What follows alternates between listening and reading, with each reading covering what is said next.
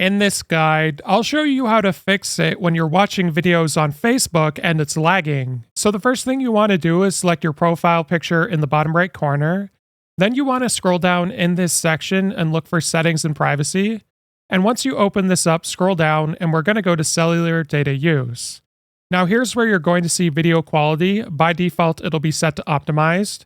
And we're going to change this to data saver in an attempt to lower the resolution for all videos. So if you have slow Wi-Fi or mobile data, that could fix the issue. Now, if you don't have slow Wi-Fi or mobile data, that may not fix it. The next thing I recommend you do is go to settings on your phone.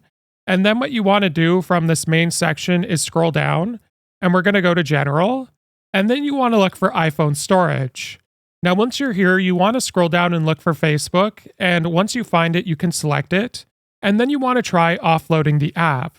Now, this isn't going to delete any data on the app, it's just going to free up some storage. Then you want to select reinstall app, and once it's finished reinstalling, open up Facebook and watch some videos to see if that fixed the lag. If this guide was helpful, like and subscribe, and we'll see you in the next one.